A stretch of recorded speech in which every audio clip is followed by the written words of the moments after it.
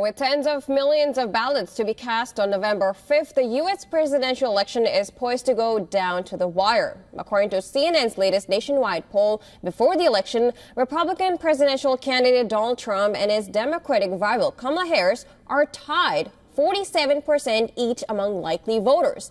The poll was conducted by phone between October 20th and 23rd among 1,704 registered voters. It has a margin of error of 3.1 percentage points among likely voters. Keenly aware of this, both the candidates, Trump and Harris, are turning to famous venues in a last-mile dash to woo voters. In fact, they are leaving no avenue untapped. On Sunday, former U.S. President Donald Trump is returning to his hometown of New York for a rally in one of the city's most iconic landmarks, Madison Square Garden. Notably, New York and Madison Garden have always been hostile to Republicans and the former president himself. Trump had lost the state by 23 percentage points in 2016 and 2020.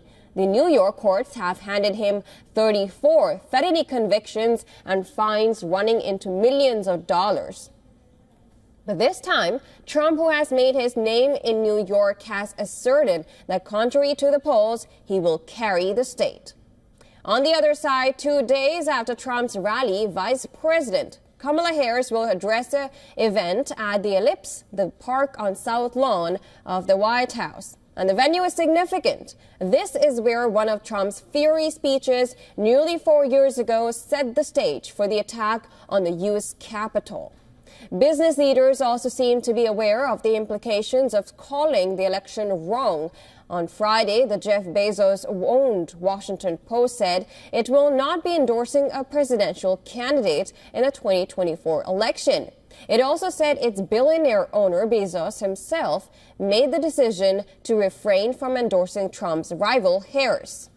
Now, curiously, the announcement came on the same day as when Trump met with leaders from Bezos-owned aerospace company Blue Origin after his speech in Austin, in Texas.